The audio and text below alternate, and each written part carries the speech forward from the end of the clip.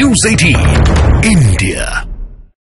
और इस बीच संदेश खाली की घटना पर हो रही सियासत से जुड़ी हुई एक बड़ी खबर है। कल देर रात बीजेपी नेता सुकांत मजूमदार ने पश्चिम बंगाल के गवर्नर से मुलाकात की है। इस दौरान सुकांत मजूमदार ने यह बताया कि उन्होंने राज्यपाल को ये बता दिया है कि कैसे उनके साथ संदेश खाली जाते वक्त गलत व्यवहार हुआ। इसके साथ ही उन्होंने आरोप ये भी लगा दिया कि संदेश खाली में धारा 144 सिर्फ और सिर्फ बीजेपी नेताओं के लिए है, जबकि टीएमसी के लोग 50 लोगों को लेकर संदेश खाली में घूम रहे हैं। ये बड़ा आरोप भी लगाया और गवर्नर को उनके साथ हुए गलत व्यवहार के बारे में भी सुकांत मजूमदार की तरफ से बताया गया है। ये बड़ी खबर है। संदेश खाली की घटना पर इस वक्त जबरदस्त सियासत हो रही है। कल देर रात बीजेपी नेता सुकांत मजूमदार ने पश्चिम बंगाल के गवर्नर से मुलाकात की है।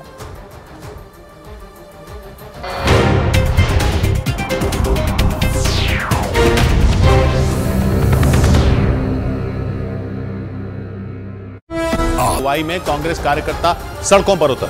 इनमें महिलाओं की अच्छी खासी संख्या थी और ये सभी लोग भुवनेश्वर में सीएम हाउस का घेराव करने के लिए आगे बढ़े।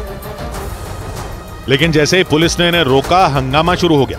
भुवनेश्वर में सीएम हाउस का घेराव करने पहुंचे कांग्रेस कार्यकर्ताओं की पुलिस से धक्का मुक्की हुई। प्रदर्शन में महिलाओं की संख्या अच्छी खासी थी और ये सभी आगे बढ़ने के लिए पुलिस से जूझती नजर आई। कुछ तो जमीन पर बैठ गए। इन्हें उठाने के लिए पुलिस ने खूब मेहनत की, लेकिन हंगामा नहीं रुका, क्योंकि अलका लांबा की अगुवाई में प्रदर्शन में शामिल महिलाओं ने बैरिकेड गिराने की कोशिश की, पुतला भी जलाया।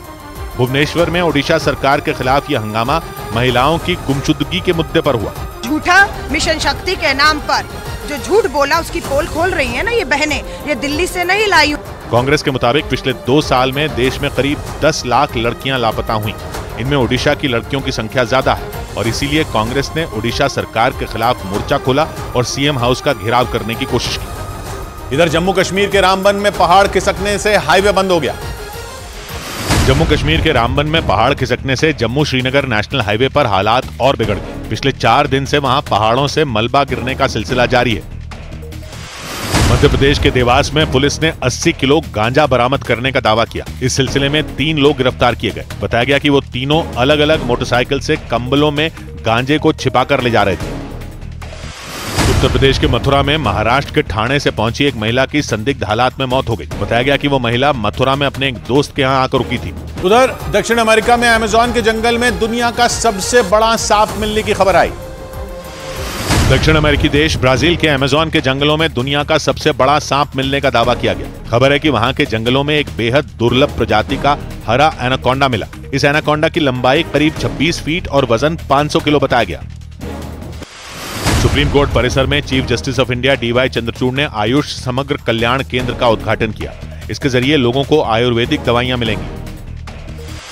दिल्ली शराब घोटाला मामले में ईडी ने मुख्यमंत्री अरविंद केजरीवाल को पूछताछ के लिए 7वीं बार समन्स भेजे। जांच एजेंसी ने उन्हें सोमवार को पूछताछ के लिए बुलाया। अरविंद केजरीवाल इस मामले में एक बार भी ईडी के सामने पेश नहीं हुए। उधर उत्तर प्रदेश के बाद विपक्षी गठबंधन के बीच दिल्ली, हरियाणा और गुजरात में भी सीट शेयरिंग पर बात बन सकती है। सूत्रों ने खबर दी कि कांग्रेस और आम आदमी पार्टी के बीच सीट बंटवारे का फॉर्मूला तय हो गया।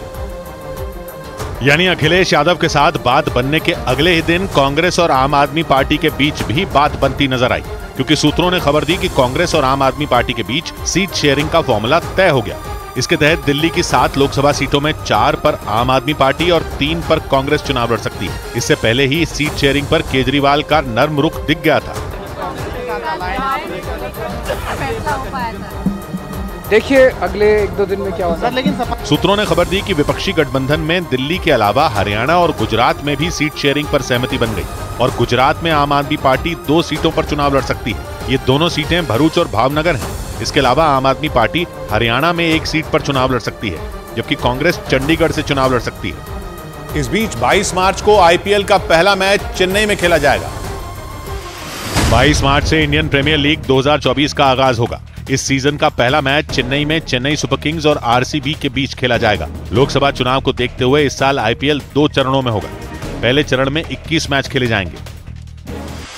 चोट की वजह से गेंदबाज मोहम्मद शमी इस बार IPL का एक भी मैच नहीं खेल पाएंगे। गुजरात टाइटंस के खिलाड़ी मोहम्मद शमी ने पिछले साल IPL में सबसे ज्यादा 28 विकेट लिए थे।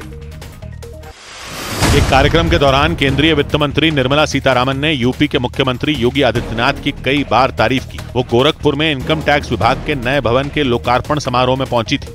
हर जिला में कम से कम एक बार, कई बार 2 बार भी जाते हैं एक जिला में, विद इन 1 ईयर। उधर आंध्र प्रदेश के विजयवाड़ा में वादे पूरे न करने का आरोप लगाकर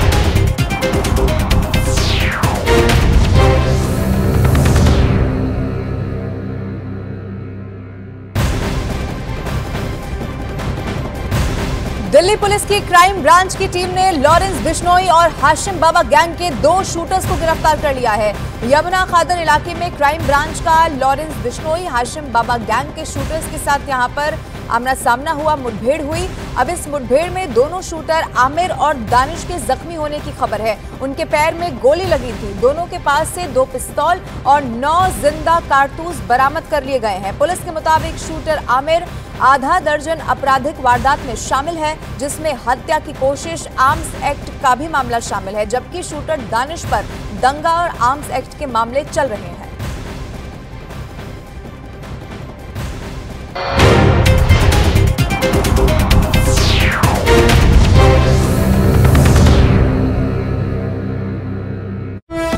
नेताओं ने राज्य की जगन सरकार के खिलाफ जोरदार प्रदर्शन किया। कांग्रेस ने सरकार के खिलाफ चलो सचिवालय रैली निकाली और सैकड़ों की संख्या में कांग्रेस के कार्यकर्ता सचिवालय का घेराव करने के लिए सड़क पर उतरा। विरोध प्रदर्शन के दौरान पुलिस ने प्रदेश कांग्रेस अध्यक्ष वाईएस शर्मिला रेड्डी को हिरासत में ले लिया। वाईएस शर्मिला रेड्डी को पुलिस वैन में बिठा दिया गया। हालांकि इस दौरान वो पुलिस वैन की गाड़ी के दरवाजे पर खड़ी होकर अपने कार्यकर्ताओं के साथ नारेबाजी करते दिखी। पुलिस ने उनके साथ कांग्रेस के कई कार्यकर्ताओं को हिरासत में ले लिया।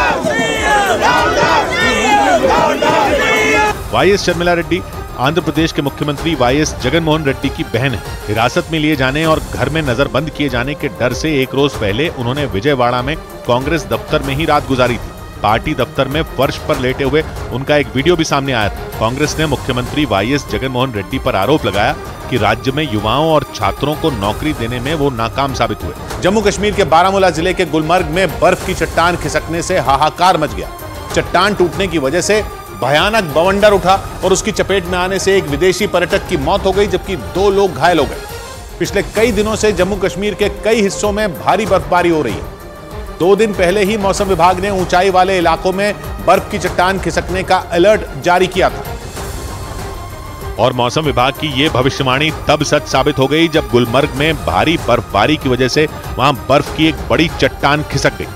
पहाड़ की चोटियों से नीचे की तरफ बर्फ का ऐसा बवंडर उठा कि उसे देखने के बाद लोगों की सांसें थम गईं।